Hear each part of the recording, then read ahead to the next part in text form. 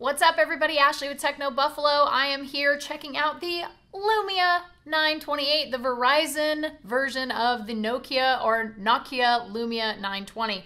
I'm going to be checking it out. Let's take a look at what makes this a little bit different from the 920.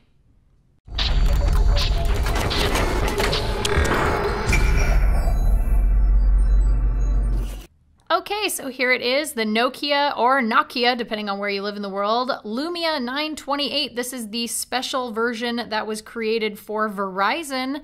And as you can see, we have the Verizon red theme happening here. We wanted to make sure that we were serving up Verizon realness. We have the branding, of course, and it's also 4G LTE right there on the back. You can see it's a little bit different design here. So the 920, which is here, it's not as rounded. Obviously, we have some flatter edges, which is a little bit different.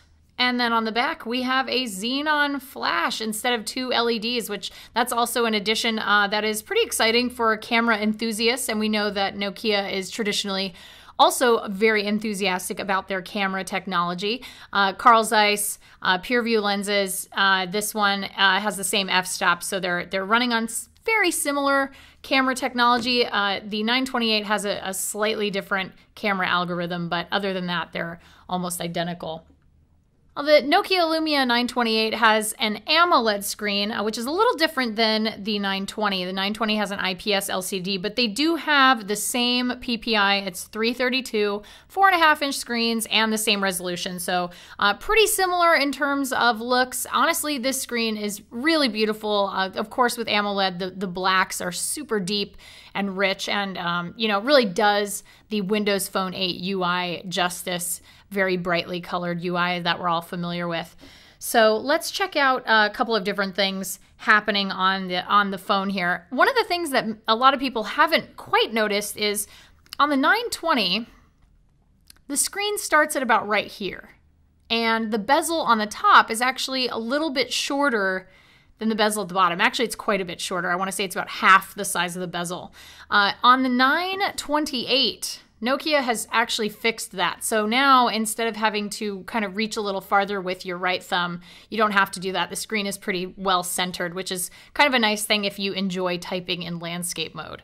We have 32 gigabytes of non-expandable storage on board, no removable battery, but we've pretty much seen that from Nokia up until this point, so it's not a huge surprise. But for some of you, that might be a problem. Honestly, with Windows Phone 8's optimization, getting a full day's worth of battery should not be a problem, but I will run through those in my tests and make sure that you're going to get a full day's worth of battery out of the 928.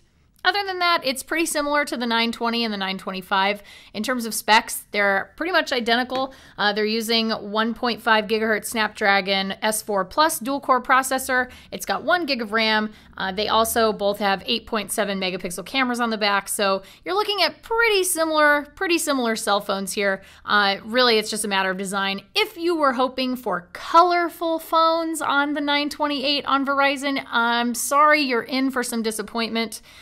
Because if you wanted a beautiful cyan 928, you're not going to get one. The 928 only comes in black and white, my friends, so if you want any kind of personality, you're going to have to do it with tiles. A lot of people are always curious about the apps available for Windows Phone 8. One of the big arguments that I tend to hear from people who are hesitant or on the fence about picking up a Lumia device is that they're not sure that all the apps are quite there. So let's go to the marketplace and check out what's happening with apps.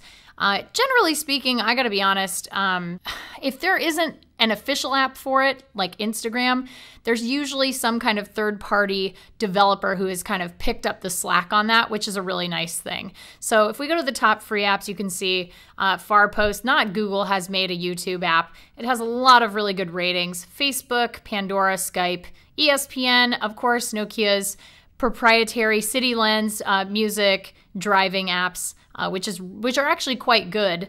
We also have weather, highlights, Cinemagraph, which is a really cool camera feature.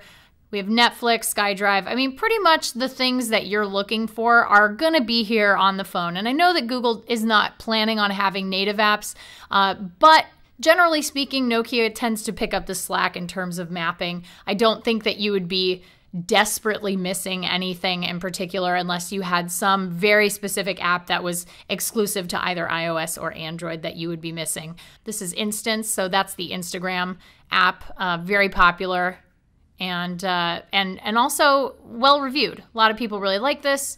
Love being able to post photos on Instagram, so it's definitely getting better. I would say getting better. So if you're on the fence, give it a shot, because honestly, Windows Phone it's a good operating system. As with all of them, they have their own pros and cons. There are some things that I don't care for in Windows Phone, but there are some things I also really like. Live Tiles is really fun. It's a great way to sort of see all of your information at a glance. I do like the Xbox integration, and it's always really fun to be able to have that available to you. Obviously, Smart Glass, a really, really cool feature that I'm a big fan of, especially with Game of Thrones.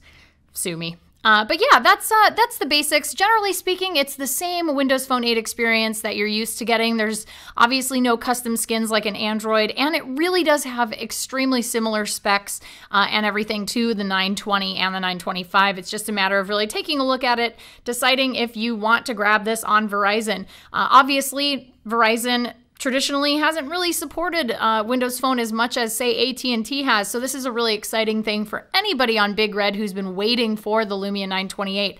I'll have a full review up in maybe a week or so, but please feel free to drop in any questions in the comments and tell me what features you might want to see me cover, and I'd be happy to go over to them in the full review. Until next time.